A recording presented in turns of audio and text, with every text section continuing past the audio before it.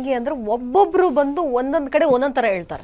ಇದನ್ ಮಾಡ್ಬೇಕು, ಜನಕ್ ಕನ್ಫ್ಯೂಷನ್, ಯಾವ ಚಾನೆಲ್ ನೋಡೋದು ಅಥವಾ ಯಾರ ಮಾತು ಕೇಳೋದು, ಯಾವ್ದು ಸರಿ ಯಾವ್ದು ತಪ್ಪು, ಹೆಂಗೋ ಮಾಡ್ಕೊಂಡು ಹೋಗ್ತಾ ಇದ್ರು. ಡಾಕ್ಟರ್ಗಳು ಬಂದಿದ್ರು ಶಿಲ್ಪ, ಸರ್ಜನ್ ಇವತ್ತು ಬಂದಿದ್ದೀನಿ, ಬಾಯಿ ಮುಚ್ಕೊಂಡು ಸರ್ಜನ್ ಮಾತು ಕೇಳಿ ಸಂತೃಪ್ತಿಯಾಗಿ ನಿಮ್ಮ ಪಿತೃಗಳನ್ನ ಸಂತೃಪ್ತಿ ಪಡ್ಕೊಳ್ಳೋಕ್ಕಂಥದ್ದು, ಯಾವುದೇ ದೋಷವಿಲ್ಲದೆ, ಯಾವುದು ಭಯ ಆತಂಕಗಳಿಲ್ಲದೆ ನಿರ್ವಿಘ್ನವಾಗಿ ಜೀವನವನ್ನು ಸಾಗಿಸ್ಬೇಕು. ಕಷ್ಟಪಟ್ಟು ಸಾಗಿಸ್ಬೇಡಿ, ಇಷ್ಟಪಟ್ಟು ಸಾಗಿಸ್ಬೇಕು. ಏನ್ ಮಾಡಬೇಕು, ಏನ್ ಮಾಡಬಾರ್ದು? ಸಾಧಾರಣವಾಗಿ ಏನು ಹೇಳುತ್ತೆ ಅಂದರೆ, ಪಿತೃಪಕ್ಷ ನಾಳೆ ಮಾಡ್ಬೋದು, ಏನು ಯೋಚನೆ ಮಾಡಿ. ತುಂಬಾ ಜನಕ್ಕೆ ಕನ್ಫ್ಯೂಷನ್, ಅಯ್ಯೋ ಪಿತೃಪಕ್ಷ ಗ್ರಹಣ ಒಂದೇ ಮಾಡಬಾರ್ದಂತೆ, ಈ ತರದ. ಅದೇನಾಗಿದೆ, ಗ್ರಹಚಾರ ಅಂತಕ್ಕಂಥದ್ರಲ್ಲಿ ಪಿತೃಪಕ್ಷದಲ್ಲಿ ಗ್ರಹಣ ಇರೋದು ಸಾಯಂಕಾಲ 5 ಕಾಲಿಗೆ, 5:05 ಸ್ಟಾರ್ಟ್ ಆಗುತ್ತೆ. ಅದಾದ ಮೇಲೆ ಬರ್ತಕ್ಕಂಥ ಗ್ರಹಣ ಮುಗಿಯೋವರೆಗೂ ಪ್ರಾರಂಭ ಕಾಲ, ಮಧ್ಯಕಾಲ, ಅಂತ್ಯಕಾಲ ಇದೆ. ನಿಮಗೆ ಅದಕ್ಕೆ ಸಮಯಕ್ಕೆ ತಲೆ ಕೆಡಿಸ್ಕೋಬೇಕು. ಪಿತೃಪಕ್ಷ ಏನು ಅಂದರೆ ಸೂರ್ಯ ಅಸ್ತವಾಗೋದ್ರೊಳಗೆ ಅರ್ಘ್ಯ ತರ್ಪಣ ಎಲ್ಲ ಬಿಟ್ಬಿಡ್ಬೇಕು ಅಂತ. ಅರ್ಘ್ಯ ದೇವ್ರಿಗೆ ಬಿಡ್ತೀರಾ, ತರ್ಪಣ ಪಿತೃಗಳಿಗೆ ಬಿಡ್ತೀರಾ. ನೀವೇನು ಹೇಳುತ್ತೆ, ಅದು ಹೆಸರೇ ಪಿತೃಪಕ್ಷ. ಪಿತೃಪಕ್ಷ ಅಂತ ನಿಮಗೆ ಇಟ್ಬಿಟ್ಟ ಮೇಲೆ ನೀವು ಗಣಪತಿ ಆಚರಣೆ ಹಬ್ಬ ಮಾಡ್ತಾ ಇದ್ದೀರಾ, ಒಳಗಡೆ ಮಳೆ ಬಂದ್ಬಿಡ್ತು ಅಂತ ಗಣಪತಿ ಹಬ್ಬ ನಿಲ್ಲಿಸ್ಬಿಡ್ತೀರಾ? ಇಲ್ವಲ್ಲ. ಅಡಿಗೆ ಮಾಡ್ತಾ ಇದ್ದೀವಿ, ಮಳೆ ಬಂತು ಅಂತ ನಿಲ್ಲಿಸ್ಬಿಡ್ತೀರಾ? ಇಲ್ವಲ್ಲ. ಯಾರೋ ಬಂದು ಬಡ್ಕೊತಾ ಇದ್ದಾರೆ, ನಮಗೂ ಅದಕ್ಕೆ ಸಂಬಂಧ, ಶಬ್ದ ಇದೆ, ನಾನು ಅಲ್ಲಿ ಮಾಡ್ಕೊಳಕ್ಕಾಗಲ್ಲ, ಕೇಳಿಸೋಕ್ಕಾಗಲ್ಲ ಅಂತ ಬಿಟ್ಬಿಡ್ತೀರಾ? ಬಿಡಲ್ಲ. ಅಂದರೆ ಪದ್ಧತಿನ ಏನು ಹೇಳುತ್ತೆ, ದೇವ್ರ ಪೂಜೆ ಪುನಸ್ಕಾರ ಮಾಡದಿದ್ರು ಪರವಾಗಿಲ್ಲ ಶಿಲ್ಪ, ಯಾವ ಕಾಲಕ್ಕೂ ಪಿತೃಗಳನ್ನ ಸಂತೃಪ್ತಿ ಪಡಿಸೋದು ಭಾಳ ಮುಖ್ಯ.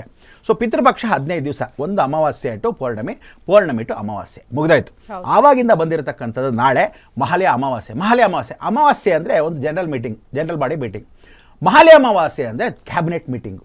ಸೊ ಎಲ್ಲ ಪಿತೃಗಳು ಬಂದ ಸಮಯಕ್ಕೆ ಕ್ಯಾಬಿನೆಟ್ ಮೀಟಿಂಗ್ ಆದಾಗ, ಅಂಥ ದೊಡ್ಡ ಕ್ಯಾಬಿನೆಟ್ ಮೀಟಿಂಗಲ್ಲಿ ಎಲ್ಲರೂ ಅಟೆಂಡ್ ಮಾಡಿದಾಗ ನೀವು ಅವರಿಗೆ ಯಾರ್ಯಾರು ಕರೆದಿರ್ತೀರೋ, ಗೊತ್ತಿಲ್ಲದೆ ಹೊಟ್ಟೋಗಿರ್ತಾರೋ, ಓಡ್ ಹೋಗಿ ಸತ್ತೋಗಿರ್ತಾರೋ, ನೇಣಾಕೊಂಡು ಸತ್ತೋಗಿರ್ತಾರೋ, ಕರ್ಮದಿಂದ ಸತ್ತೋಗಿರ್ತಾರೋ, ಕೊಲೆಯಾಗಿ ಸತ್ತೋಗಿರ್ತಾರೋ, ದರೋಡೆಯಿಂದ ಸತ್ತೋಗಿರ್ತಾರೋ, ಈ ಥರ ಎಲ್ಲ ಬಹಳ ಜನ ಇರ್ತಾರೆ.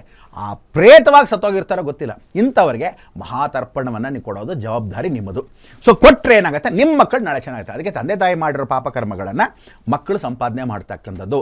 ಅದಕ್ಕೆ ಅವ್ರು ಅಕಸ್ಮಾತ್ ಮಾಡದೇ ಇದ್ದರೆ ಪಿತೃ ಕಾರ್ಯವನ್ನು ನೀವು ಯಾವ ಕಾಲಕ್ಕೂ ಯಾವ ದೇವ್ರ ಪೂಜೆ ಪುನಸ್ಕಾರ ಮಾಡೋದು ಪ್ರಯೋಜನವಿಲ್ಲ. ಸೊ ನಾಳೆ ಗ್ಯಾರಂಟಿ ನೀವು ಯಾರು ಇಟ್ಕೊಂಡಿದ್ದೀರಾ, ಯಾಕೆ ಗೊತ್ತಾ, ಭಾನುವಾರ ಇಟ್ಕೊಂಡಿದ್ದಾರೆ ಕೆಲವರು, ಗುರುಗಳೇ ನಾವು ಸ್ವಲ್ಪ ಸ್ಪೆಷಲ್ಲಾಗಿ ಇಟ್ಕೊಂಡಿದ್ದೀವಿ, ಪಿತೃಪಕ್ಷದಲ್ಲಿ ಸ್ಪೆಷಲ್ ಮಾಡ್ತೀವಿ ಅಂತ ಭಾನುವಾರ ಇಟ್ಕೊಂಡಿದ್ದೀವಿ, ಬೇರೆ ದಿವಸ ಮಾಡ್ಕೊಳ್ಳೋಕ್ಕಲ್ಲ, ತಾರಾಳಾಗಿ ಮಾಡ್ಕೊಳ್ಳಿ. ನೋಡಿ, ಅವ್ರವ್ರ ಪದ್ಧತಿ, ನೀವು ಹುಟ್ಟು ಬಂದಿರೋದಕ್ಕಂಥದ್ದು ವಿಶೇಷ.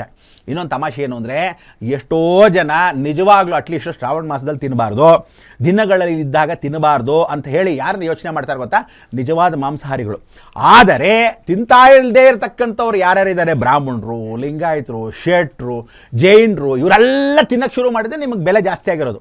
ಅವ್ರು ಮಾಡೋ ಕರ್ಮಗಳು ಎಷ್ಟಿದೆ ಅಂದರೆ, ನಮಗೆ ದಿನ ಇಲ್ಲ, ವಾರ ಇಲ್ಲ, ತಿಥಿ ಇಲ್ಲ, ಅಮಾವಾಸ್ಯೆ ಪೌರ್ಣಮಿ ತಿಂತಾರೆ, ಸೃಷ್ಟಿ ದಿವಸ ತಿಂತಾರೆ, ಸೋಮವಾರ ತಿಂತಾರೆ, ಇವತ್ತು ದಿವಸ ಜಾಸ್ತಿ ಪೀಸ್ ಹಾಕೊಂಡು ತಿಂತಾರೆ. ಇಂಥದ್ದೇನಾಗಿದೆ, ಅವರ ಕರ್ಮ ಅವರೇ ಅನುಭವಿಸ್ತಾರೆ. ಅದರಿಂದ ಕರ್ಮಣ್ಯೇವಾಧಿಕಾರಸ್ಯ ಮಾ ಫಲೇಶ್ವರದ ಕೃಷ್ಣ ಪರಮಾತ್ಮ ಹೇಳಿರೋದು ಹಾಗೆ.